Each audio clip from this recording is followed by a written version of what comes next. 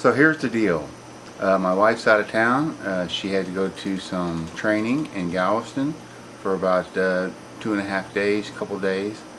And so I was up, I watched the Sunday night football, and then I went into the kitchen to feed my cats, and I noticed out of the corner of my eye something moving across the street through the kitchen window, saw through the kitchen window. So I grabbed my camera and my flashlight. I know that we have a tomcat that hangs around, but we also have an armadillo and some possums, some small possums that have been hanging around as well. The possums have been digging into my flower bed, and the armadillo has been digging in the yard. So I thought, if it's one of those two, then maybe I'll catch them on camera. So I grabbed my camera and flashlight, went outside, and then I see this critter here coming across the street, and I knew it wasn't a cat because of the way it walked, but then when it got up onto the curb I realized just how big it was, and this is what it was: a big old Texas possum.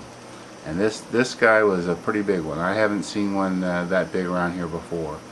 I've seen lots of them around, but they've been much smaller. They're building a lot of housing in the area, and that's kind of stirred them up, and you know, they're destroying their natural habitat, so now they're coming into this side of the development and getting into trash cans and whatnot. But he was a pretty big one, and you can see that by the scale of the water sprinkler that's sticking up out of the ground, and he's back behind my hedges. You can see the foundation of the house, and the bricks there. You can see just how big he is. He was a pretty big one, and pretty ugly. But and you got to be careful with these things because they have some really tremendous claws that can really tear you up.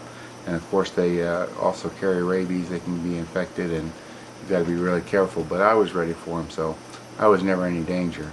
But I thought you guys might like to see that. A little bit interesting. Okay, that's all for this vlog. Thanks. See you later.